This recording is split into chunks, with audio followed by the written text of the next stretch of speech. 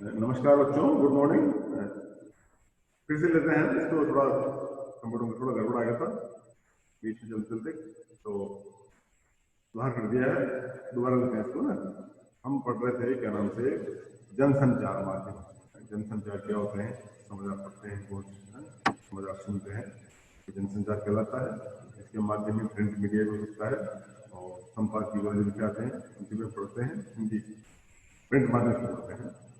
तो जनसंचार को समझने के लिए संचार के स्वरूप को समझना आवश्यक है ना। संचार किसे कहते हैं? संचार संचार के मूल में चर धातु है। चर का अर्थ होता है विचरण करना, या एक जगह से दूसरी जगह पहुंचना। ये पहुंचना मनुष्य का भी हो सकता है, अन्य प्राणियों का भी हो सकता है, ध्वनि का भी हो सकता है, चित्र का भी हो सकता है, प्रकाश का भी हो सकता है। प्रकार से आजकल हम व्हाट्सएप, फेसबुक आदि देखते हैं। परंतु हम जिस संचार की बात कर रहे हैं उसका अर्थ है मानव के संदेशों का पहुंचना, जो मनुष्य एक दूसरे व्यक्ति के द्वारा पहुंचाता है, एक दूसरे से माध्यम से पहुंचाता है, उसको कहते हैं संचार का पहुंचना। तात्पर्य है संदेश भेजना, प्राप्त करना, इस आदि। और संदेश भेजने और प्राप्त करने के दो संदेश, दो बातें इसके अंदर अधिक वो कहना महत्वपूर्ण है। या तो दो से ज्यादा व्यक्ति हो, मनुष्य हो, दूसरा उनके बीच किसी संदेश का संप्रेषण हो, कोई संदेश जो बात कही जाती है। इसीलिए संचार शास्त्री जो बिल्बर श्रेम ने कहा है कि संचार अनुभवों की साझेदारी है। अनुभव जो हमारे जीवन के हैं उनको एक दूसरे को भेजना, प्राप्त करना ठीक है। ये संचार मुख से बोलकर भी हो सकता है, लिखकर भी हो सकता है, दृश्य श्रव्य माध्यमों से भी हो सकता है।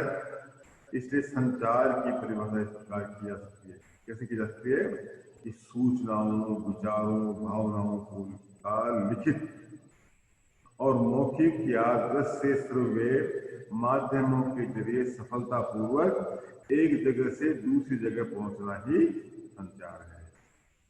क्या परिभाषा होगी संचार की? सूचनाओं, विचारों और भावनाओं को लिखित, मौखिक या दृश्य श्रव्य माध्यमों के जरिए सफलतापूर्वक एक जगह से दूसरी जगह पहुंचाना ही संचार है। ठीक है। संचार मतलब आप क्या समझे कि संचार स्वयं में एक प्रक्रिया है। क्या प्रक्रिया है? एक जगह से दूसरी जगह पहुंचने की प्रक्रिया संचार कहलाती है। ये प्रक्रिया प्राय किसी प्राकृतिक माध्यम के सहारे गति करती है। जैसे हम बोलते हैं तो ध्वनि तरंगों, वायु तरंगों के सहारे से हमारी बात पहुंचती है। इसी प्रकार प्रकाश तरंगे हमारे स्पर्श, संवेदन आदि के संचार के माध्यम से पहुंचते हैं। परंतु हम इन मूल कारकों को संचार माध्यम नहीं कह सकते हैं। क्यों? क्योंकि संचार माध्यम के दो तरीके अलग है। क्या है कि ये उपकरण या साधन जो हमारे संदेश को पहुंचाते हैं, जो उपकरण या संदेश माध्यम हमारे संदेश को पहुंचाते हैं, वो जनसंचार कहलाते हैं। जैसे समाचार है, पत्र है, रोज अखबार आता है, रोज अखबार पढ़ते हैं। फिल्म है, हम देखते हैं, फिल्मों के माध्यम से हमको कई प्रकार की समाचार जानकारियाँ मिलती है। टेलीफोन तो सीधी बात होती है हमारी, टेलीफोन भी एक संचार माध्यम है। रेडियो सुनते हैं, आकाशवाणी से जो समाचार मिलते हैं, और दूरदर्शन पर रोज हमको समाचार प्राप्त होते हैं। और इंटरनेट तो आप सबको जानते हैं, नेटवर्क को यूज करते हैं, वो भी एक संचार माध्यम का एक अच्छा तरीका है। तो ये है, इसलिए संचार माध्यम का आशय है जो ये उपकरण जो हमारे संदेश पहुंचाते हैं, जैसे समाचार पत्र, film, radio, telephone, Doordarshan, internet आदि। ठीक है। संचार के मूल तत्व क्या है? संचार माध्यम के जो मूल तत्व है थोड़ा देखें इसके ऊपर। इसके पहली चीज आती है इसके अंदर संचारक या स्रोत, जो संदेश देने के बारे में सोचता है। जैसे मैं कोई भी एक संदेश भेजना है तो क्या आप सोचते हैं, कोई भी सकता है ना, संचारक या स्रोत है, संदेश देने के बारे में सोचना। दूसरा, संदेश का कूटीकरण, कूटीकरण एनकोडिंग या भाषाबद्ध करना, उसको लिखना, तैयार करना। और तीसरा है संदेश का कूटवाचन, डिकोडिंग या भाषाकरण करना। और होता है प्राप्तकर्ता संदेश को समझना तथा प्रतिक्रिया करना, समझेगा तो उसके बाद उसको भेजेगा। इस क्रिया को हम किस चित्र के माध्यम से समझ सकते हैं? संदेश है, संदेश संचारकर्ता कैसे कूटवाचन और लास्ट में प्राप्तकर्ता, इसको मिलेगा तो आपको समझ भेजेगा। ये इस प्रकार से समझ सकते हैं, ठीक है ना। संचार क्या है? संचार भूमिका, किसी संदेश को भेजने वाला संचारक या स्रोत कहलाता है। किसी भी संदेश को भेजने वाला संचारक या स्रोत कहलाता है। इसका प्रथम गुण है संदेश की स्पष्टता। दूसरा जो गुण है इसका, संदेश को प्राप्तकर्ता के अनुकूल कूटीकृत करने की क्षमता, कि वो जो मैं संदेश भेज रहा हूँ उसको समझता है, समझता है तो वो भी इसके अंदर होना चाहिए। दो बातें होना चाहिए, एक तो संदेश की संदेश क्या नाम से स्पष्ट रूप से लिखे हो, है ना, और दूसरा जिसको संदेश भेजा जा रहा है वो क्या नाम से उस संदेश को वापस समझ के जवाब देगा कि नहीं देगा। कूटीकरण या इनकोडिंग के क्या मतलब है? संदेश को भेजने के लिए शब्दों, संदेश को भेजने के शब्द लिखे जाते हैं, शब्दों, संकेतों या ध्वनि चित्रों का उपयोग किया जाता है। संदेश को जब भी लिखते हैं, भेजते हैं व्हाट्सएप के द्वारा, इंटरनेट के द्वारा, फेसबुक के द्वारा, इंटरनेट के द्वारा या टेलीफोन तो नहीं, तो संदेश को भेजने के लिए शब्दों, संकेतों या ध्वनि चित्रों का उपयोग किया जाता है। भाषा भी एक प्रकार का कोड चिन्ह या कोड है। अतः प्राप्तकर्ता को समझाने योग्य कूटों में संदेश को बांधना कूटीकरण या एन्कोडिंग कहलाता है। शब्द लिखे जाए, किसी की बात लिखी जाए। सफल कूटीकरण उसे कहेंगे जिसमें संप्रेषण स्पष्ट हो और संचारक जो कहना चाहता है प्राप्तकर्ता संदेश को उसी रूप में ग्रहण करे। जो भी हम बात कर रहे हैं उसको भी प्राप्त करता है उसी रूप में समझने में। कूटवाचन या डिकोडिंग, तो इनकोडिंग हुआ, अब डिकोडिंग त्याग कर समझता है। कूटीकरण और एनकोडिंग बताया दिया आपको, अब है कूटवाचन या डिकोडिंग, त्याग कर समझते हैं। कूटीकरण की उल्टी प्रक्रिया कूटवाचन कहलाती है। इसके माध्यम से संदेश को प्राप्तकर्ता कूट चिन्हों में बंधे संदेश समझता है। जो भी आप संदेश भेजे उसको पढ़ेगा, उसको समझेगा। इसके लिए आवश्यक है कि प्राप्तकर्ता भी कोड का वही अर्थ समझता है जो कि संचारक समझता है। जो आपने लिखा, जो आपने भेजा, वो प्राप्त करने वाले को ही भी वही समझता है। नेक्स्ट है संदेश प्रतिक्रिया या फीडबैक इसे कहते हैं। इसका क्या मतलब है? कूटीकृत संदेश के पहुंचने पर प्राप्तकर्ता अपनी प्रतिक्रिया प्रकट करता है। संदेश भेजा आपने, संदेश प्राप्त संदेश मिल गया आपका ना, उसके बाद क्या समझा, ये आवश्यक है। इसी से पता चलता है कि संदेश, इस संचारक का संदेश प्राप्तकर्ता तक पहुंच गया है और ठीक ठाक पहुंच गया है, तो कहते हैं फीडबैक। ठीक है भाई। नेक्स्ट है शोर। शोर से क्या था? शोर पता नहीं क्या प्रक्रिया, संचार प्रक्रिया। संचार प्रक्रिया में किसी प्रकार की भी बाधा आ जाए, व्यवधान हो जाए, तो उसे शोर या नॉइज कहते हैं। जब भी हम भेजा जाता है समझ कोई समझ संचार माध्यम, तो उसमें कोई भी व्यवधान होता है तो उसको नॉइज या शोर कहते हैं। ये बाधा संचारक की मानसिक अस्पष्टता या अनिच्छा को लेकर हो सकती है। ठीक कूटीकृत न कर पाने के कारण भी हो सकती है, गलत कूटवाचन के कारण भी हो सकती है, और प्राप्तकर्ता की अक्षमता, तकनीक खराबी, आसपास की सोच कारण भी हो सकती है। जैसे भेजा जल्दबाजी में भेजा है या जो भेजा उसको सब समझ नहीं पाया वो व्यक्ति है और मानसिक स्थिति ठीक नहीं है, तो इस प्रकार से हो सकती है। ये चीजें हो गई। और एक होती है संचार की विविध प्रकाशों पर बात करें हम, संचार के प्रकाश जो क्या नाम, इसकी जो बहुत सारी चीजें हैं, सांकेतिक संचार संकेत द्वारा संचार दिए जाते हैं। मौखिक संचार मुख के द्वारा संचार दिए जाते हैं। अमौखिक संचार अमुख से भी भेजा जा सकता है। अंतर्व्यक्तिक संचार खुद व्यक्ति जो समझता है। समूह संचार और जनसंचार। सांकेतिक संचार जैसे बताया मैंने क्या होता है। सांकेतिक संचार का अर्थ है संकेतों द्वारा संदेश पहुंचाना। मनुष्यों का हाथ जोड़ना, पांव छूना, हाथ मिलाना, मुट्ठी कसना, सिग्नल देना, लाल बत्ती होना, हरी बत्ती आदि सांकेतिक संचार है। इनमें मनुष्य अपने अंगों का भी अन्य उपकरणों का प्रयोग करता है। ठीक है भाई। आदि युग में हमारे यहाँ पर ये क्या इसी तरह के संचार के माध्यम से ही समझा जाता था। अर्थात आदि युग में यही साधन ही सबसे महत्वपूर्ण रहे होंगे। आज इनका महत्व सारे को पूर्ण संचार को शामिल हो गया। ठीक है। दूसरा मौखिक संचार। मुख द्वारा व्यक्त ध्वनियों के माध्यम से जो संदेश पहुंचाया जाता है उसे मौखिक संचार कहते हैं। आपसी बातचीत, टेलीफोन, भाषण देना मौखिक संचार के रूप में आपसे अपन बात करते हैं और टेलीफोन से बात करते हैं, भाषण देते हैं, मौखिक संचार के ही रूप में। अमौखिक संचार जाते हैं। मौखिक संचार के अतिरिक्त अन्य सभी प्रकार के संचार साधन अमौखिक संचार कहलाते हैं। जैसे सांकेतिक संचार, लिखित संचार, चित्र, फिल्म द्वारा जो संचार में जाते हैं वो भी अमौखिक संचार में ही आते हैं। ठीक है। अंतर्वैयक्तिक संचार का क्या आशय है। अंतर्वैयक्तिक से बोलते हैं इंट्रापर्सनल। इनका मतलब होता है एक व्यक्ति का अपने आप से बातचीत करना, स्वयं ही बातें करते रहना। प्राय मनुष्य अकेला होने पर भी अपने आप से बात करता रहता है।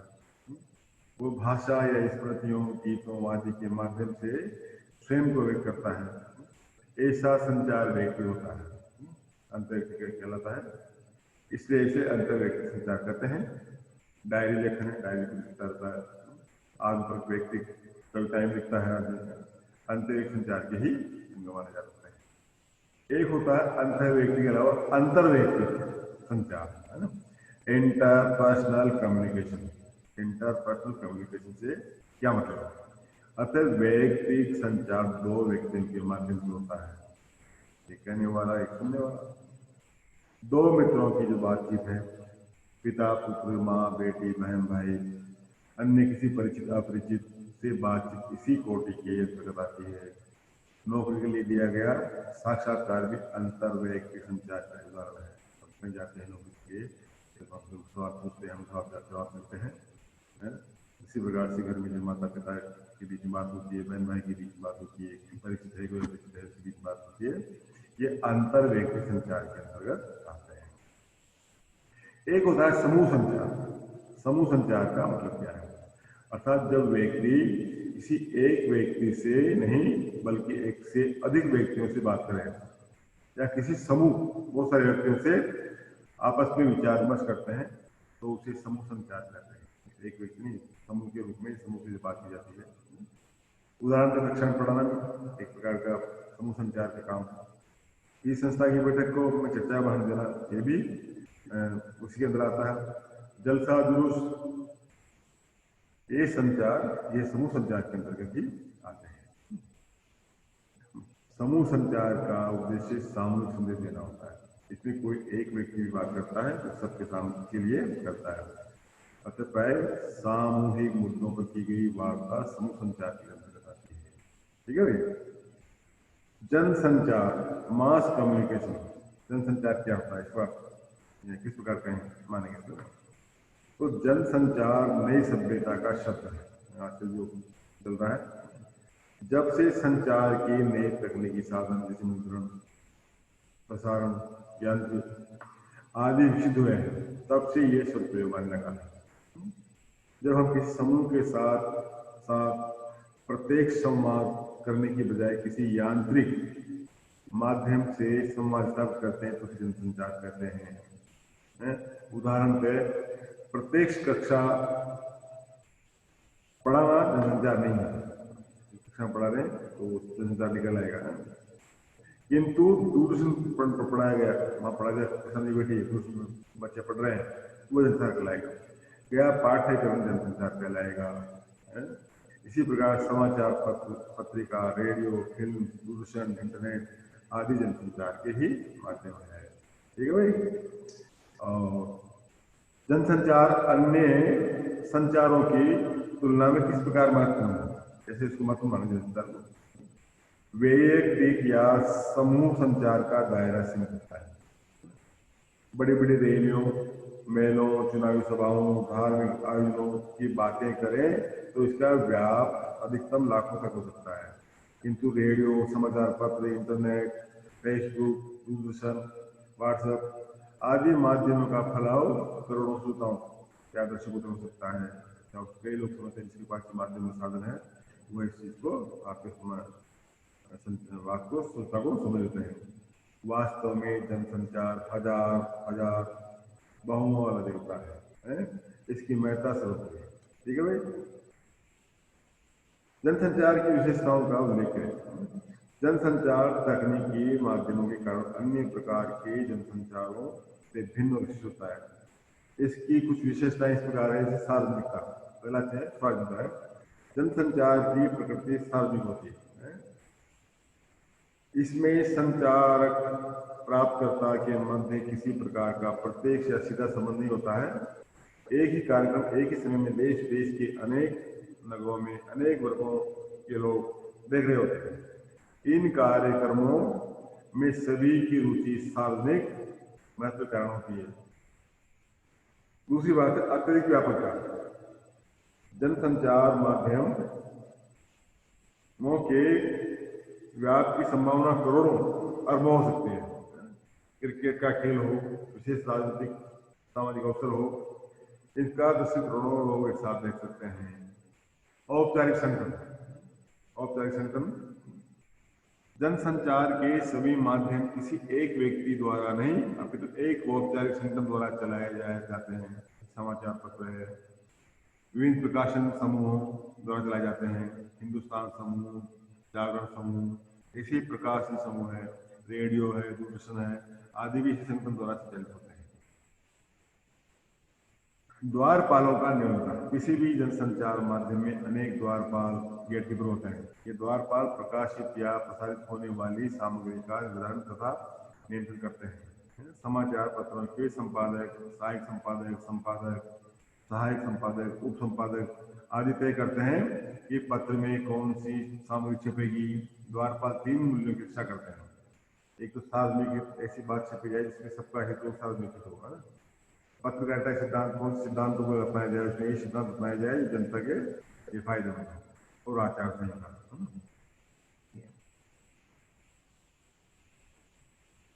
जनसंचार किन किन कार्यों को संपन्न करता है? जनसंचार के माध्यम अन्य प्रकार के कार्य संपन्न करते हैं, जैसे सूचना देना। जनसंचार के माध्यम का प्रथम और प्रमुख कार्य सूचना देना। प्रिंट मीडिया का नाम तो नाम ही समाचार पत्र है। दूरदर्शन हो या इंटरनेट, इनका भी प्रमुख कार्य तेजी से सूचना करना होता है, शिक्षित करना। जनसंचार माध्यम जनता को शिक्षित व सजग बनाते हैं।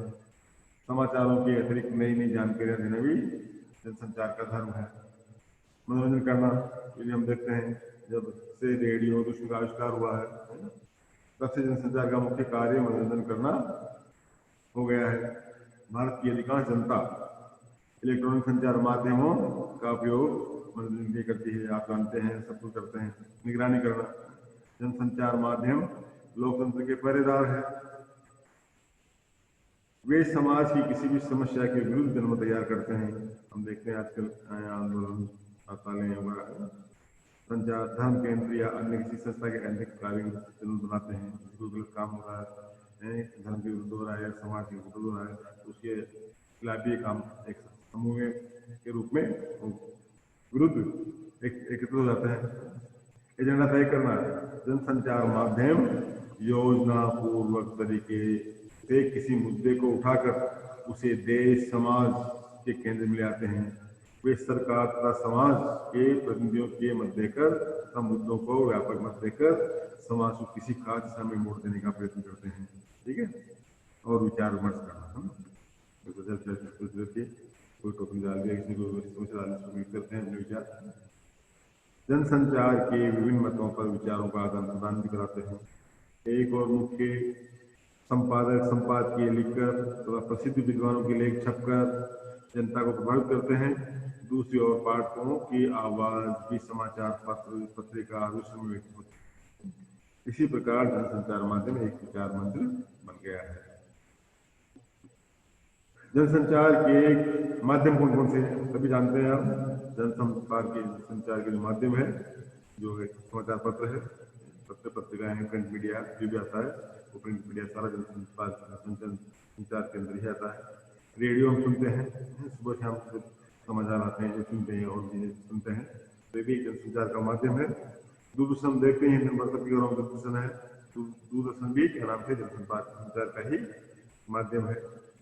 सिनेमा आप जानते हैं, और इंटरनेट सबके पास है, तो ये भी क्या नाम से जनसंचार का ही माध्यम है। तो ये चीजें हो गई हमारी जनसंचार की। अब बात करेंगे प्रिंट माध्यम, समाचार पत्र और संपादकीय, है ना। तो प्रिंट मीडिया का आशय है छपने वाले संचार माध्यम, जहां पर प्रिंट होती है तो बजाते हैं। इसे मुद्रण माध्यम भी कह सकते हैं, छपाई करके हमारे पास आते हैं। इसके कुछ रूप हैं, समाचार पत्र है, पत्रिकाएं हैं, पुस्तकें हैं, इश्तहार विज्ञापन आदि है, ये भी क्या नाम से प्रिंट मीडिया के अंदर ही आते हैं।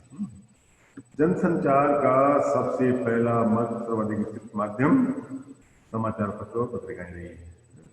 जनसंचार का सबसे पहला महत्वपूर्ण और सर्वाधिक माध्यम क्या है? ये समाचार पत्र और पत्रिकाएं हैं। समाचार पत्र के कार्य को कितने कौन कौन से भागों में बांटा जा सकता है? समाचार पत्र के कार्य को 3 भागों में बांट सकते हैं। समाचारों का संकलित करना, संपादन करना और मुद्रण का प्रसारण करना, छपाई और लेखन। ये बात हो गई। अगली बात है पत्रकारिता शब्द का आरंभ किस विधा से हुआ? व्यापक कितना है? अर्थात पत्रकारिता शब्द का आरंभ समाचार पत्र और पत्रिकाओं से हुआ है। आजकल रेडियो, दूरदर्शन, नेट, समाचार इसके अंतर्गत ही आते हैं।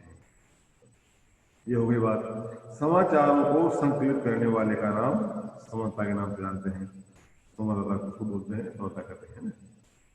समाचारों को छापने योग्य बनाने वाले विभाग का नाम संपादकीय होते हैं, आप जानते हैं। दूसरा, हिंदी का जो पहला समाचार पत्र कब और कहां से किसके द्वारा प्रकाशित किया गया, ये भी आप परीक्षा पूछा जाता है। तो हिंदी का जो समाचार पत्र है पहला है वो 1826 में पंडित जुगल किशोर शुक्ल द्वारा कलकत्ता से प्रकाशित किया गया था। 1826 में पंडित जुगल किशोर जी ने क्या नाम से कलकत्ता में ही इसको शुरुआत किया था। आजादी के पहले से कौन कौन से प्रमुख पत्रकार हुए? आजादी के पहले से बहुत सारे पत्रकार हुए हैं, उनमें भारतेंदु हरिश्चंद्र है, जानते हैं आप। भारतेंदु हरिश्चंद्र बहुत कम उम्र में ही चले गए थे। आप वेद की हिंसा होती, अंधेर नगरी क्या राजा, अंधा राजा, चौपट नगरी। महात्मा गांधी भी पहले के मान सकते हैं, लोकमान्य तिलक, मदन मोहन मालवीय आदि है। इनके अलावा भी बहुत सारे नाम है। गणेश शंकर विद्यार्थी है, माखनलाल चतुर्वेदी है, महावीर प्रसाद द्विवेदी है, बाबू विष्णुराम पराड़कर है, प्रताप नारायण मिश्र है, शिव पूजन थाय है, रामलक्ष्मी बेनीपुरी है, और बाल बड़े अच्छे हो रहे हैं। तो ये हो रहे हैं। आजादी से पूर्व के प्रमुख समाचार पत्रों और पत्रिकाओं के नाम भी आप समझ सकते हैं। केसरी नाम का अखबार, हिंदुस्तान, सरस्वती पत्रिकाएं, हंस, कर्मवीर, आज, प्रताप, प्रदीप, विशाल, भारत आदि। ये आजादी के पूर्व के क्या नाम से समाचार पत्र है, पत्रिकाएं हैं। दोहरा सुन लें, केसरी और हिंदुस्तान है, सरस्वती है, हंस है, कर्मवीर है, आज के नाम से था, प्रताप के नाम से भी था, प्रदीप और विशाल, भारत आदि। तो ये हो गई बात पत्रिकाएं में। आजादी के बाद की प्रमुख पत्रिकाएं पत्रकारों नाम बताएंगे। आजादी के बाद तो बहुत सारी दुनिया अपने हिंदुस्तान में जगह पत्रिकाएं आ गई। जैसे नोवा टाइम्स निकलता है अखबार, जनसत्ता निकलता है, नई दुनिया, हिंदुस्तान, राजस्थान पत्रिका, अमर उजाला, दैनिक भास्कर, दैनिक जागरण। हिंदी प्रमुख जो पत्रिकाएं हैं वो भी है धर्मयुग, साप्ताहिक हिंदुस्तान, दिनमान, रविवार, इंडिया टुडे, आउटलुक आदि। और हिंदी की प्रमुख पत्रिकाएं वो भी आप पत्रकार भी निम्नलिखित है। जो हिंदी के पत्रकार थे उनका नाम है सचिंदानंद, हीरानंद, वात्स्यायन, रघुवीर सहाय, धर्मवीर भारती, जिन्होंने क्या नाम धर्म निकाला, मनोहर श्याम जोशी, राजेंद्र माथुर, प्रभात जोशी, सर्वेश्वर दयाल शुक्ला, सक्सेना और सुरेंद्र प्रताप सिंह, ये क्या नाम से हमारे आज़ादी के बाद के पत्रकार थे। तो पहले के जो बात की जो अखबार छपते नाम बताई दिया आपको, नवभारत टाइम्स है, जनसत्ता है, नई दुनिया है, राजस्थान पत्रिका है, अमर उजाला है, दैनिक भास्कर है, दैनिक जागरण है हिंदी की। इसके अलावा हिंदी प्रमुख पत्र पत्रिकाएं हैं धर्मयुग है, साप्ताहिक हिंदुस्तान है, दिनमान है, रविवार है, इंडिया टुडे है, आउटलुक है आदि। और हिंदी के जो प्रमुख पत्रकार है उनके नाम बताए दिए सचिंदानंद, हीरानंद, वात्स्यायन, रघुवीर सहाय, धर्मवीर भारती, मनोहर श्याम जोशी, राजेंद्र माथुर, प्रभाष जोशी, सर्वेश्वर दयाल सक्सेना और सुरेंद्र प्रताप सिंह। इन दो हिंदी समाचार पत्रों का नाम पूछा जाता है जनरली, आप लिख सकते हैं दैनिक हिंदुस्तान लिख सकते हैं, दैनिक के नाम से जागरण लिख सकते हैं, दैनिक भास्कर लिख सकते हैं, राजस्थान पत्रिका लिख सकते हैं, नवजीत लिख सकते हैं और जनसत्ता लिख सकते हैं। हिंदी पत्रिकाओं का नाम बताएं, इंडिया टुडे, रविवार, आगे आपके नाम। अब आया रेडियो। भारत में रेडियो का विकास किस प्रकार हुआ एक देखते हैं। भारत में रेडियो का शुरुआत 1892 में 1892 के अंदर आस्था हो गई थी। सन 1921 में टाइम्स ऑफ इंडिया ने डाक तार विभाग के सहयोग से एक संगीत कार्यक्रम का शुभारंभ किया। सन 1936 में ऑल इंडिया रेडियो का विधिवत स्थापना हुई हमारे देश के अंदर। और 1947 तक भारत में 9 रेडियो स्टेशन स्थापित हो चुके थे। आज स्थिति है कि आकाशवाणी 24 भाषाओं और 126 बोलियों में जनसेवा कर रही है। देश की लगभग 96% आबादी तक इसकी पहुंच। ये हो गया। इसकी स्थापना कब हुई? 1936। तो आज इतना ही काफी, कल बात करेंगे थोड़ा आगे, टाइम हो गया। ठीक है।